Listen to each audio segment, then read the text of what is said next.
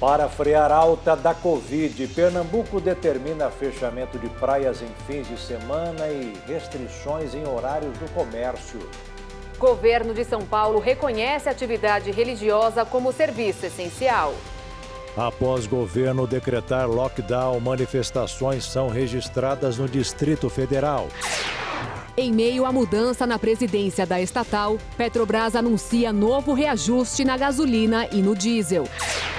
Com votação prevista para os próximos dias, presidente da Câmara revela que auxílio emergencial começa a ser pago em março. Governo britânico faz apelo para encontrar pessoa que importou cepa brasileira da Covid. Crise em Mianmar. Protestos contra o golpe se espalham e 18 mortes já foram registradas até agora. E você vai ver como foi a cerimônia do Globo de Ouro adaptada ao novo normal. Agora no Jornal das 22.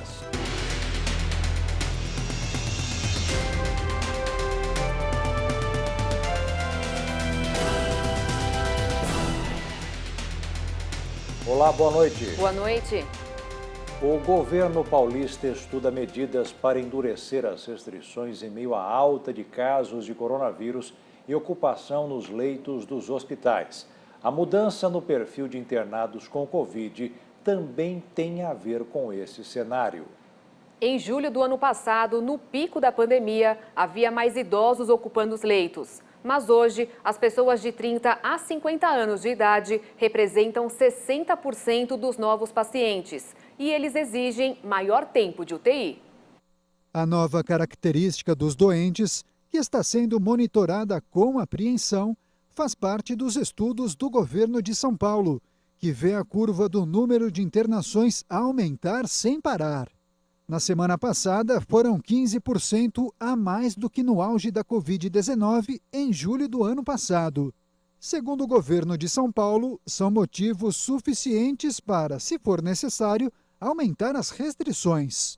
Hoje, quem mora na capital paulista já precisa se adaptar às regras da fase laranja e do toque de restrição. Os restaurantes têm que fechar às 8 horas da noite. Os bares só podem funcionar em sistema de entregas. E as pessoas não devem circular nas ruas das 11 da noite às 5 da manhã. A fiscalização durante o fim de semana foi intensa. No estado, ao menos 18 estabelecimentos foram multados por desrespeitarem as novas regras. A Polícia Militar abordou mais de 6 mil pessoas. 4 mil carros foram vistoriados e 157 motoristas autuados por consumo de álcool e recusa para o teste de bafômetro. Os hospitais estão sobrecarregados e, segundo os médicos, não deverá demorar muito para a taxa de ocupação das UTIs chegar a 100%. Diante deste quadro nada animador, o governo decidiu incluir as igrejas como atividade essencial durante a pandemia e seguiu a decisão do Supremo Tribunal Federal, que deu autonomia para os estados definirem o que não deve ser fechado durante a pandemia. No decreto está escrito que a fé é fundamental para o equilíbrio do ser humano. Sem perspectiva de melhora e registrando 93% de ocupação em leitos de terapia intensiva, a partir desta quarta-feira até o dia 17, o estado de Pernambuco decidiu fechar praias, parques, shoppings, comércios de rua e clubes sociais aos fins de semana, além de proibir atividades não essenciais das 8 horas da noite às 5 da manhã, de segunda a sexta, e ao longo de todo o dia aos sábados e domingos. Supermercados, padarias, farmácias, postos de gasolina e delivery permanecem funcionando. Faculdades e escolas podem abrir até às 8 da noite, assim como igrejas, templos religiosos, mas ficam fechados nos fins de semana. Com relação às praias, o acesso nos finais de semana fica restrito apenas à prática de atividades esportivas individuais. Outro estado que decidiu tomar medidas restritivas foi o de Santa Catarina, que vive o pior momento desde o início da pandemia do coronavírus. Com hospitais lotados em todas as regiões, o governo do estado decretou lockdown para tentar conter o avanço da doença. As restrições começaram na última sexta-feira. O lockdown, pelo menos por enquanto, vai ser só nos finais de semana. o governo do estado anunciou novas medidas que valeram entre as 11 horas da noite de sexta-feira até as 6 horas da manhã dessa segunda-feira. As restrições se repetem no próximo fim de semana, no mesmo horário. Durante esses dias de lockdown, só é permitido funcionar os serviços que são considerados essenciais, como hospitais, farmácias, clínicas, laboratórios, postos de combustíveis e supermercados. Já restaurantes, shoppings e o comércio em geral não pode funcionar. Também estão suspensos todos os eventos e é proibido frequentar praias, parques e praças. Tudo isso para evitar aglomerações. Nesse primeiro fim de semana, com quase tudo fechado, a avaliação, segundo o governo do estado, foi positiva. Santa Catarina registrou a segunda maior taxa de distanciamento social do Brasil no sábado, primeiro dia do decreto. Com índice de 44,83%, o estado só ficou atrás da Bahia, com 46,17%. Os dados são da plataforma Inloco, que tem medido por geolocalização a movimentação das pessoas pelas cidades e estados brasileiros durante a pandemia. Mas, para fazer o decreto valer, foi preciso muita fiscalização. Mesmo com as restrições, comércios não essenciais tentaram abrir as portas e muita gente foi para as praias. Conforme dados da Polícia Militar de Santa Catarina, foram realizadas 4.786 fiscalizações desde a última sexta-feira até o amanhecer desse domingo, sendo que houve 26 interdições em estabelecimentos comerciais e 26 notificações por irregularidades. No período, foram instaurados 45 boletins de comunicação de ocorrência policial, 27 prisões e 398 boletins de ocorrência de termo circunstanciado. Todas as fiscalizações estão sendo feitas de forma integrada e em todo o estado de Santa Catarina. A partir de hoje, nós estamos fiscalizando a efetividade desse decreto. Nós estamos, então, pedindo para que as pessoas obedeçam, até porque serão autuadas e o estabelecimento fechado, podendo receber uma multa e também responder por crime, podendo ser conduzido, inclusive, à delegacia. Na última sexta-feira, 6 órgãos públicos recomendaram ao governo do estado que o lockdown se estendesse por 14 dias para conter o avanço do coronavírus. Ministério Público de Santa Catarina, Ministério Público Federal, Ministério Público do Trabalho, Tribunal de Contas do Estado e Defensoria Pública do Estado e da União assinaram a recomendação. Mas o governo respondeu que precisa avaliar primeiro a efetividade das ações que já estão em andamento e analisar se o atual decreto trará resultados. É a nossa expectativa que traga sim resultado, por isso que a gente fez o decreto, a gente discutiu dessa forma. Estamos aumentando a fiscalização, porque não é por falta de regra que o estado de Santa Catarina está com dificuldades agora. Talvez seja também por falta de cumprimento da regra. E quando não há compartilhamento de decisão, também não há compartilhamento de fiscalização. E é por isso que nós temos esse modelo, que é um modelo claramente eficaz até então no estado. Santa Catarina somou nesse domingo 7.358 mortes pela Covid-19. Segundo o boletim divulgado pela Secretaria de Saúde, o estado tem recorde de internados em UTIs. São 940 pacientes espalhados pelas 7 regiões catarinenses, além de pelo menos 155 pessoas que aguardam na fila de espera por um leito. O governo do estado anunciou ainda novas ações de enfrentamento ao coronavírus com investimentos na saúde, como a contratualização de leitos de UTI na rede particular e o chamamento público para a contratação de vagas nos hospitais privados. O Paraná também decretou medidas mais restritivas de combate à Covid-19. Entre elas estão o toque de recolher entre 8 da noite e 5 da manhã, a proibição de funcionamento de atividades não essenciais e suspensão de aulas presenciais em todo o estado. No Paraná, o governador Carlos Massa Ratinho Júnior anunciou medidas mais rígidas no enfrentamento à pandemia do novo coronavírus. Ficam suspensas a circulação de pessoas pelas vias públicas das 8 horas da noite às 5 horas da manhã. Também a comercialização e o consumo de bebidas alcoólicas em locais públicos. As aulas foram suspensas na rede pública e privada de todo o estado. O anúncio foi feito no Palácio Iguaçu. Então, a medida começa a partir de hoje, à meia-noite, né, virada de sexta para sábado, e vai até o dia 8 de março, que seria não nessa segunda, na outra segunda. Restringindo a circulação das pessoas também no período das 8 horas da noite às 5 horas da manhã, fazendo com que o comércio possa ficar também com restrição na sua abertura, apenas o comércio de necessidades de subsistência, que seria supermercados, farmácias, panificadoras, açougues, mercearias, posto de combustível e assim por diante. E nesses 8 dias nós entendemos que será possível, segundo os nossos técnicos, fazer um freio, de segurar um pouco essa transmissão que está numa velocidade além do controle desse último ano de pandemia. O governador anunciou um panorama da situação no Paraná. As novas variantes do vírus fizeram com que a velocidade da transmissão aumentasse. São novas variantes, de uma velocidade que é além da normalidade que nós estávamos já enfrentando ao longo do ano passado. Era de 40 pessoas à espera de um leito de internação em um hospital. De quinta para sexta-feira, este número aumentou para 578 pessoas à espera de um leito de internação. A taxa de ocupação dos leitos no Paraná chegou a 94% de ocupação. De Pato Branco, no Paraná, Sinara de Carli para o Jornal das 22. Agora vamos falar de vacinação no Brasil e conferir o número parcial de imunização contra a Covid-19.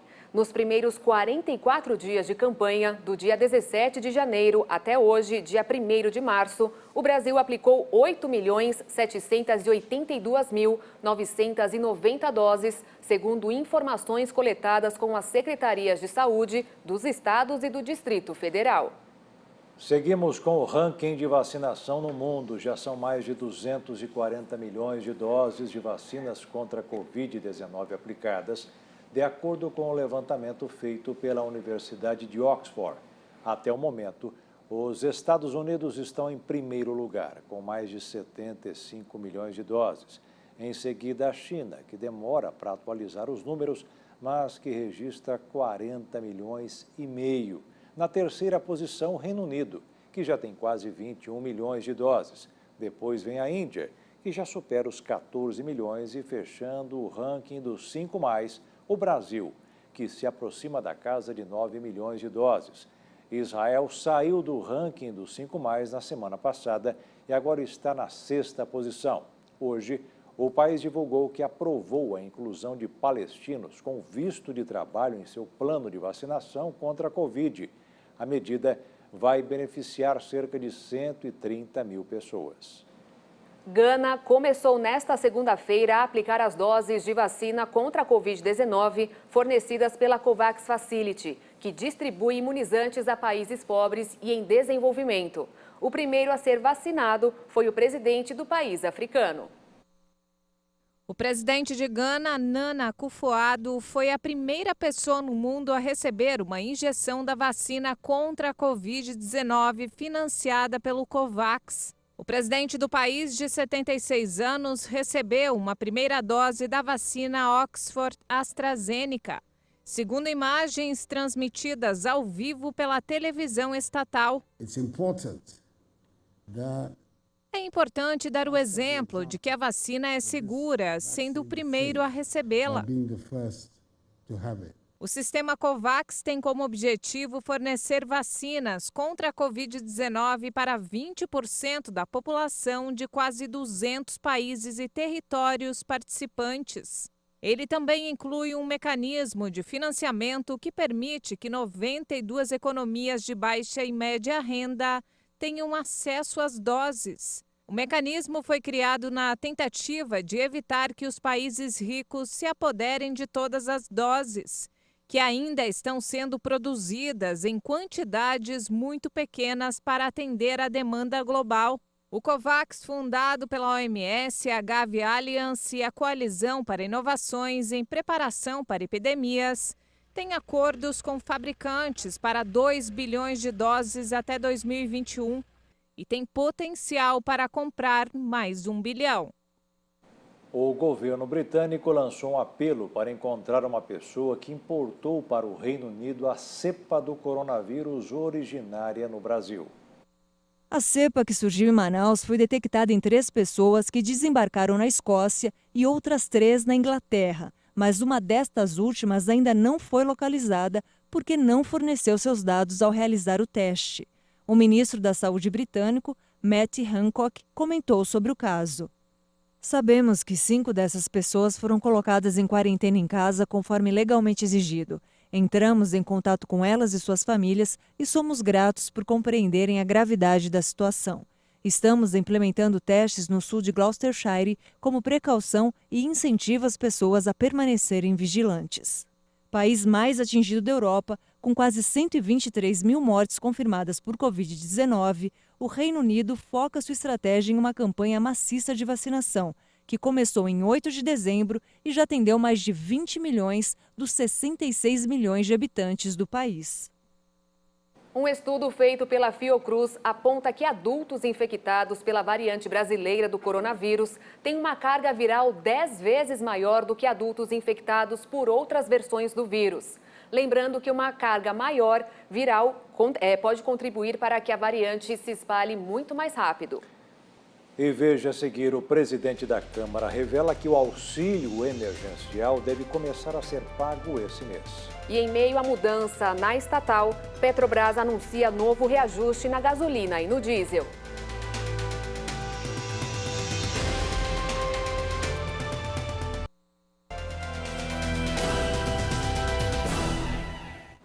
O novo auxílio emergencial será de R$ 250 e deve ter duração de 4 meses. No fim de semana, uma reunião entre os presidentes da Câmara, do Senado e da República, além de ministros, tratou do assunto. As vacinas contra a Covid-19 e o enfrentamento à pandemia também estiveram na pauta. O presidente da Câmara dos Deputados, Arthur Lira, tomou a frente dos anúncios do governo federal e disse que o auxílio emergencial será pago ainda este mês. Lira disse que ficou acertado que o valor será de R$ 250.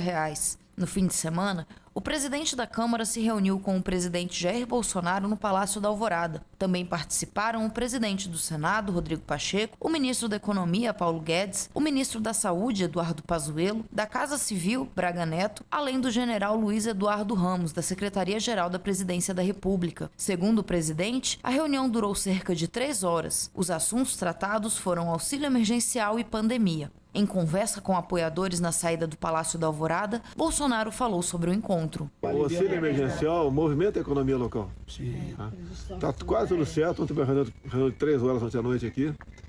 R$ 250 por 4 meses. Alguns reclamam muito pouco. Meu Deus do céu, alguém sabe quanto custa isso para todos vocês brasileiros? E a cesta básica dá para comprar com esse dinheiro? Dá para comprar duas então, o nome é auxílio, não é aposentadoria. Em conversa com apoiadores na saída do Alvorada, o presidente também falou do enfrentamento à Covid e à pandemia. Disse que uma equipe do governo federal vai até Israel ainda esta semana para conhecer melhor um spray utilizado no combate à doença naquele país. Disse ainda que o Brasil deve ter 22 milhões de doses da vacina ainda em março. Esse spray vai uma comitiva nossa, deve ser quarta-feira para Israel.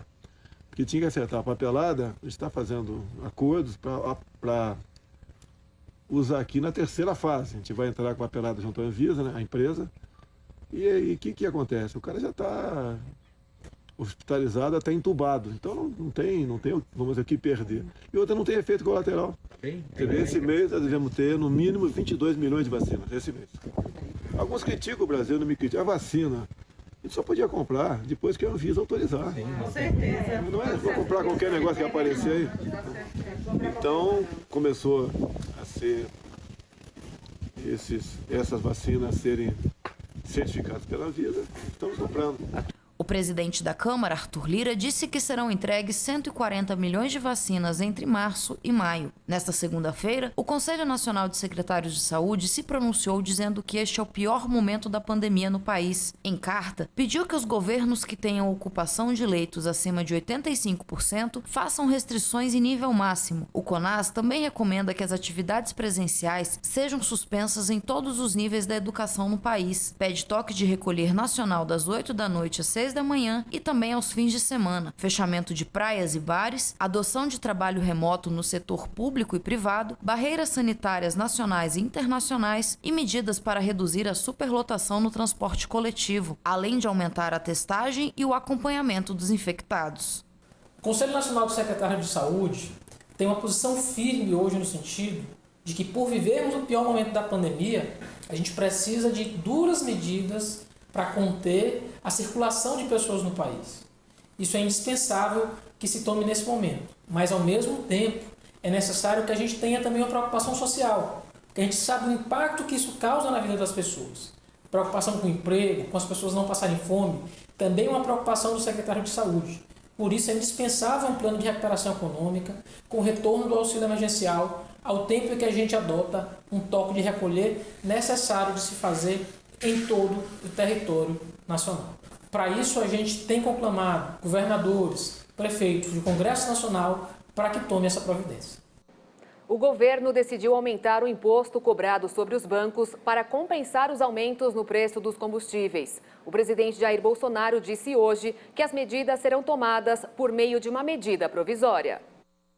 Aliviar a carga dos últimos reajustes que pesam principalmente nos ombros dos caminhoneiros.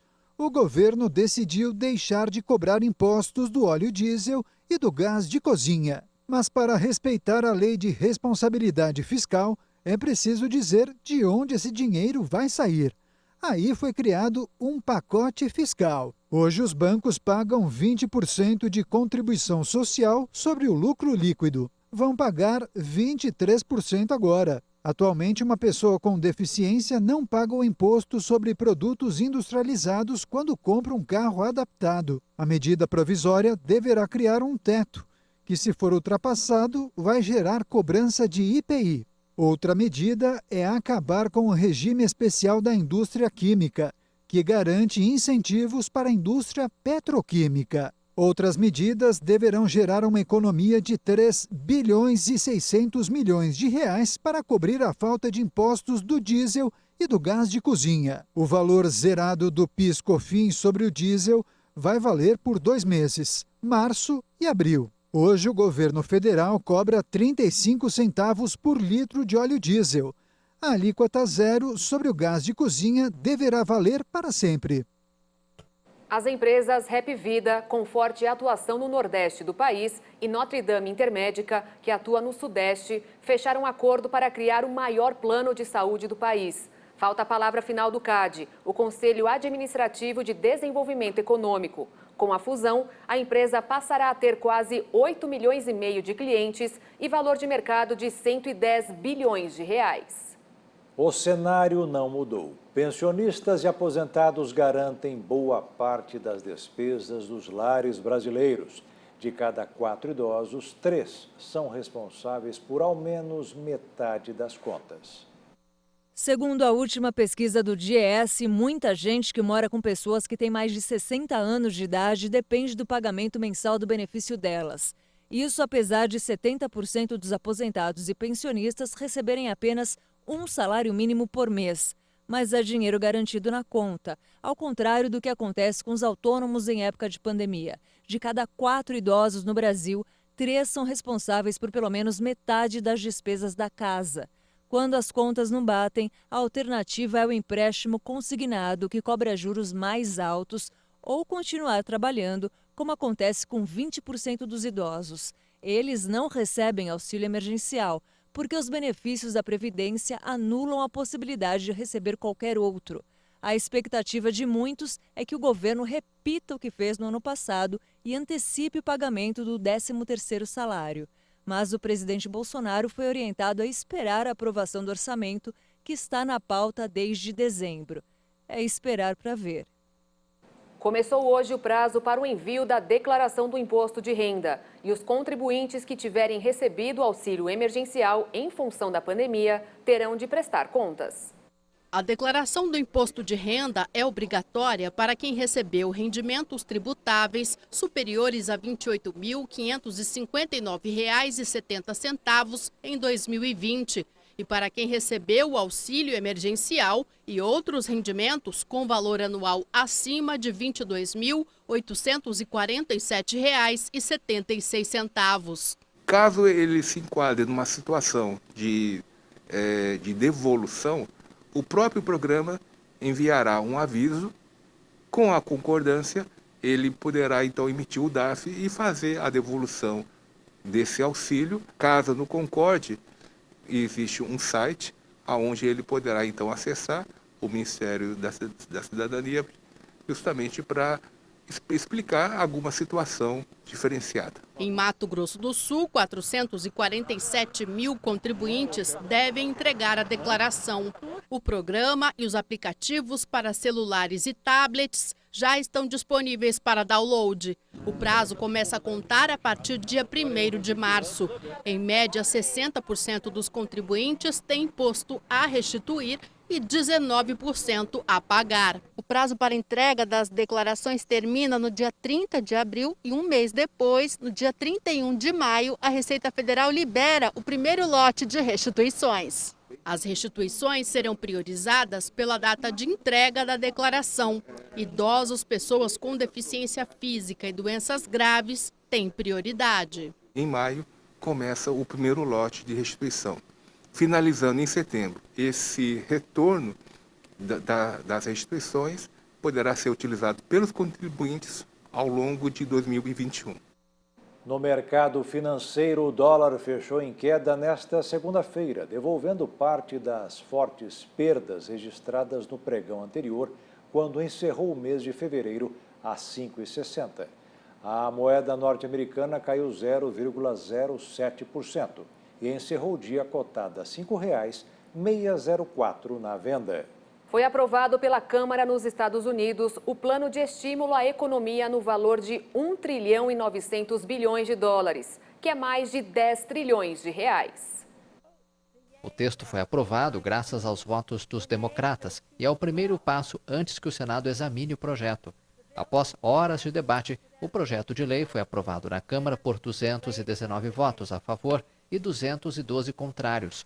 Os republicanos criticam as medidas que consideram caras e mal direcionadas. O presidente Joe Biden ressaltou que, com a aprovação, está mais perto de poder conceder a milhões de americanos medidas como a extensão do seguro-desemprego. E veja a seguir, após lockdown, manifestações contrárias são registradas no Distrito Federal. E veja também crise em Mianmar. Protestos contra o golpe se espalham pelo país.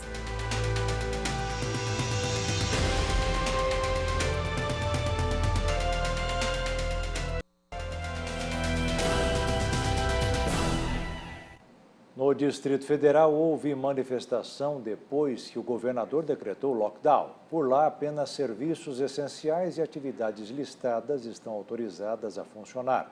De Brasília, Jaqueline Fonseca tem as informações. O Distrito Federal entra no segundo dia de lockdown sob fortes protestos. Nesta manhã, empresários se reuniram na frente do Palácio do Buriti, sede do governo, com faixas, alto-falantes e panelas, pedindo que o governo recue da medida de fechar os comércios. No domingo, o protesto foi na porta da casa do governador. No aviso da manifestação, havia a informação de que seria feito um cordão humano com distância mínima de 2 metros cada. Mas na hora, o que se viu foi aglomeração. Para os empresários, a medida do governador em decretar lockdown de repente foi falta de planejamento. Hoje, a ocupação de leitos de UTI aqui no Distrito Federal está em 93%. Nesta segunda-feira, o Conselho Regional de Medicina aqui do Distrito Federal emitiu uma nota se manifestando contra o lockdown. Em ofício enviado ao governador, o CRM diz que a medida já se mostrou ineficaz e cita que o Amazonas foi líder em índice de isolamento, mas sofreu uma das piores crises da pandemia no país.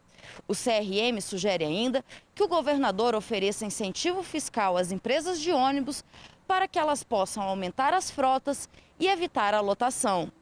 De Brasília, Jaqueline Fonseca. Na Tailândia, a polícia entrou em confronto com manifestantes que pedem a renúncia do governo de Prayut.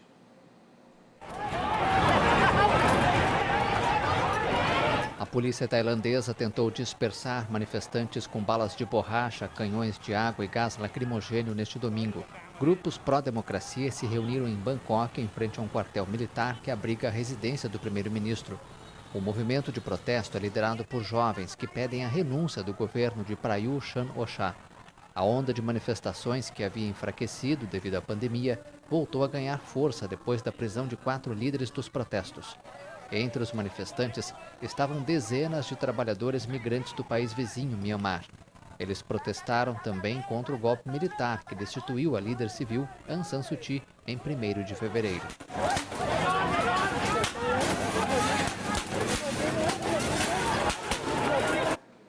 Olha só essa história. Um sul-africano bateu o recorde de travessia em alto mar, saindo de seu país natal e chegando ao Brasil depois de meses em alto mar.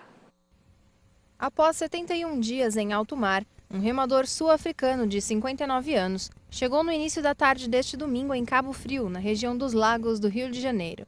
Ele iniciou a viagem no dia 19 de dezembro na cidade do Cabo, capital da África do Sul, e remou cerca de 7.000 quilômetros até chegar ao litoral brasileiro. Com isso, atravessou sozinho o Oceano Atlântico e bateu o recorde da travessia, que era de 92 dias e foi realizada em 2017. O sul-africano precisou de 21 dias a menos para fazer a rota. O pequeno barco foi construído por ele mesmo e durante a viagem ele se alimentou com sopas de legumes e frango que eram conservadas em sacos a vácuos e preparadas em uma panela. Enfrentando 3 grandes tempestades com ondas de 3 a 5 metros de altura e com ventos fortes, toda a viagem foi registrada em suas redes sociais. E veja a seguir os ensinamentos da live do Missionário Soares. E veja também como foi a cerimônia do Globo de Ouro, adaptada ao novo normal.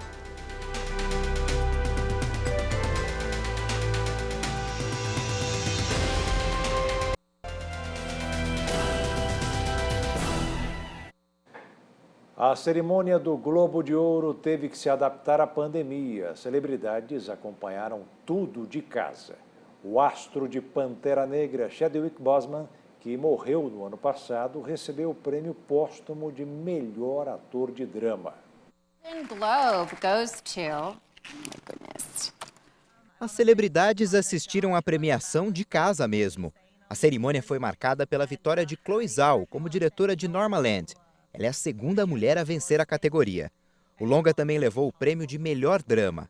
A Netflix faturou 6 prêmios nas categorias de televisão e 4 de cinema.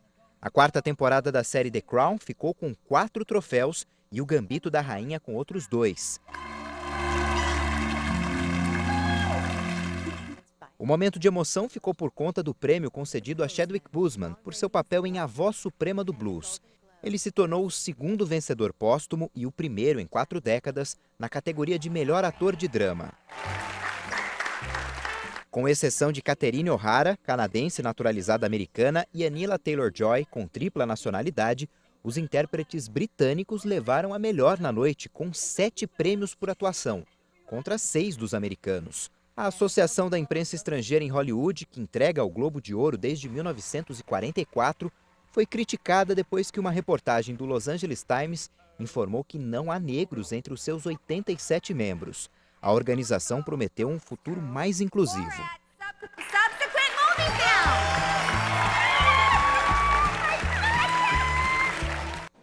Os japoneses chegaram ao Brasil há mais de 100 anos e com eles trouxeram suas culturas e costumes. Uma exposição em São Paulo mostra as peculiaridades da caligrafia nipônica e a importância das embalagens.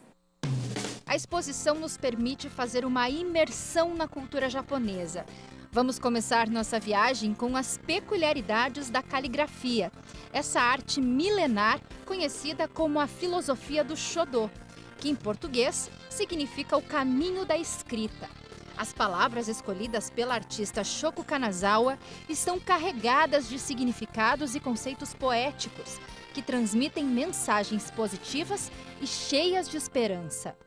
Eric, quem chega na exposição já se depara com essa obra aqui, que foi feita exclusivamente, inclusive, para essa exposição, né? Parece um desenho, mas na verdade é uma palavra e tem um significado também muito bonito. Exatamente. Essa é Hikari, que quer dizer luz. Então, a Shoko Kanazawa, que é essa artista de Shodô, que é a arte da caligrafia japonesa, fez essa obra especialmente para a gente, para essa exposição. Então, é um privilégio a gente poder sentir o poder dessa palavra, a beleza. E é uma mensagem de esperança num momento tão difícil da gente, pelo qual o mundo inteiro está passando. Então você vê uma luz no final do túnel, vê um prognóstico positivo para frente trazido por essa grande artista japonesa. Qual que a gente vai conhecer agora, Eric? Bom, essa aqui são as maiores obras que a gente tem e elas são kotodama, então elas são imagens muito bonitas e o significado delas é literalmente o poder da palavra. Então é quase uma metáfora ao que a gente vê. Você tem uma impressão muito forte, esse poder que vem de uma palavra, são palavras escritas. E é quase que um resumo do que é o Shodô, que é você comunicar visualmente uma ideia muito forte, de maneira muito impactante, muito surpreendente.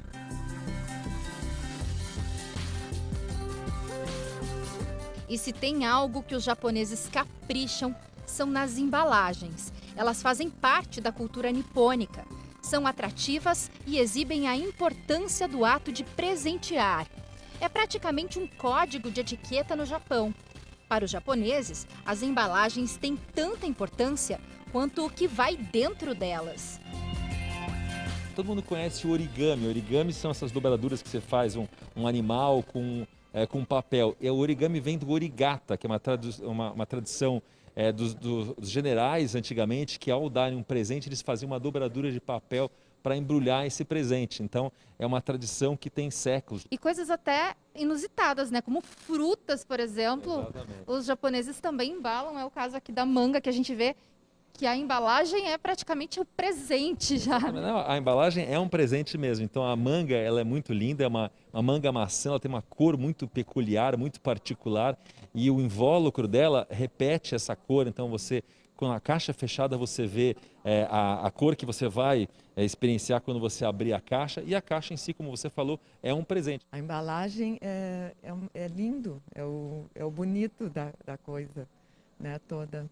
E a delicadeza, a seriedade, acho que eles fazem a embalagem, né? Eles dão importância à embalagem, acho bonito isso. E a gente vai conhecer aqui agora o furoshiki, que é uma arte milenar japonesa, né, Sandra? Antigamente, as embalagens eram feitas com tecido, né? Não com papel, como a gente conhece hoje. Sim, é isso mesmo. Foi assim que começou a embalagem no Japão. Essa é a tradicional embalagem japonesa, o furoshiki. E com o tecido a gente consegue fazer roupas, bolsas e presentear também, né? Também presentear, você escolhe um tecido bonito, quadrado, é o padrão do furoshiki, né? E as estampas que você pode ver aqui, elas não são aleatórias no Japão. Toda estampa, ela tem um significado, ela tem uma simbologia. Dependendo do que a mensagem que você queira passar para o presenteado, você escolhe uma estampa de acordo com a ocasião. Essa, por exemplo, Débora, essa aqui tem o kiku, que é uma flor, é a flor imperial que representa a nobreza. Já esse furoshiki, que tem essas estampas, aqui tem uma estampa do matsu, que é um tipo de pinheiro japonês. E esse matsu, ele representa a resiliência. Por quê? Durante todo o ano, até no inverno, esse pinheiro ele está sempre verde e forte. Isso é resiliência. Tudo tem um significado. Sim. Será que eu consigo fazer uma embalagem? Ah, vamos sim, é muito fácil. Vamos tentar então. Vamos lá então?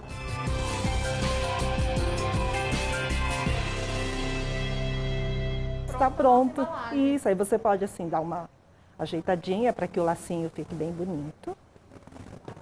Tá aqui. A frente do presente é sempre onde está, né, o bico aqui do furoshiki.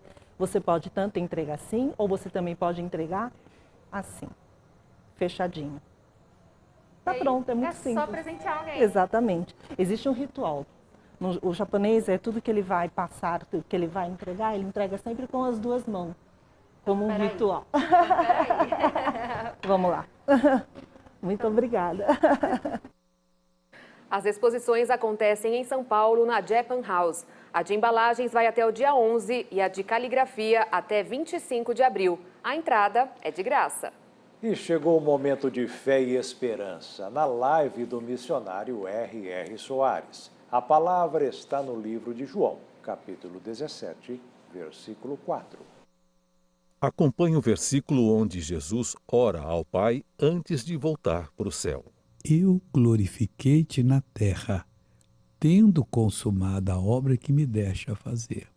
Jesus não ficava só dizendo, oh, aleluia, aleluia, glória, glória, estou glorificando a Deus. Dependendo da hora também a glorificação, principalmente quando as palavras vêm de Deus e nós então as exprimimos para o Senhor. quando nós não recebemos a palavra de Deus, fica dizendo aleluia, aleluia, parece um fanático, né? Que fica lá o tempo todo. Tem lugares do mundo, religiões, que a pessoa faz uma oração e coloca num disco e roda, assim, manualmente. Toda vez que o disco bate ali, segundo ele, Deus ouviu uma oração. Então, mas Deus precisa ouvir mais do que uma vez? Não.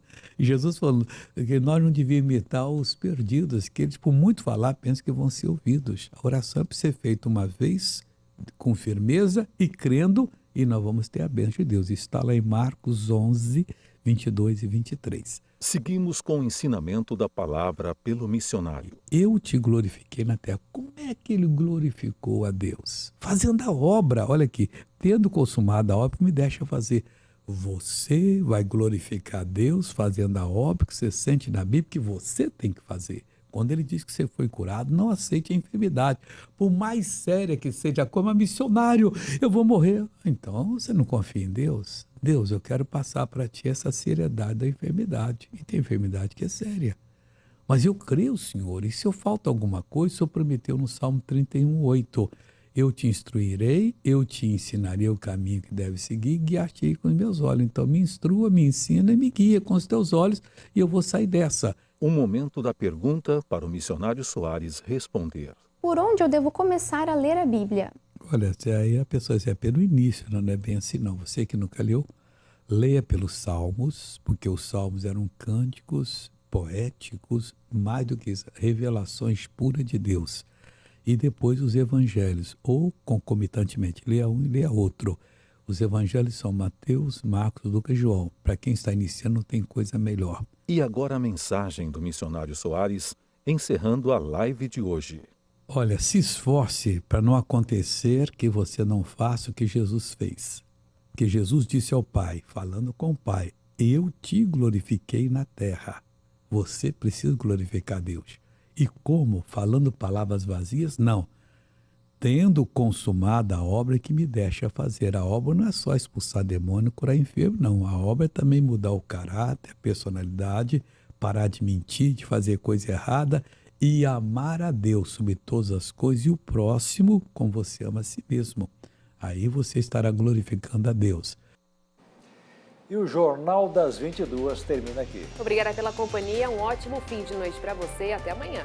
Uma boa noite, fique na paz. Tchau.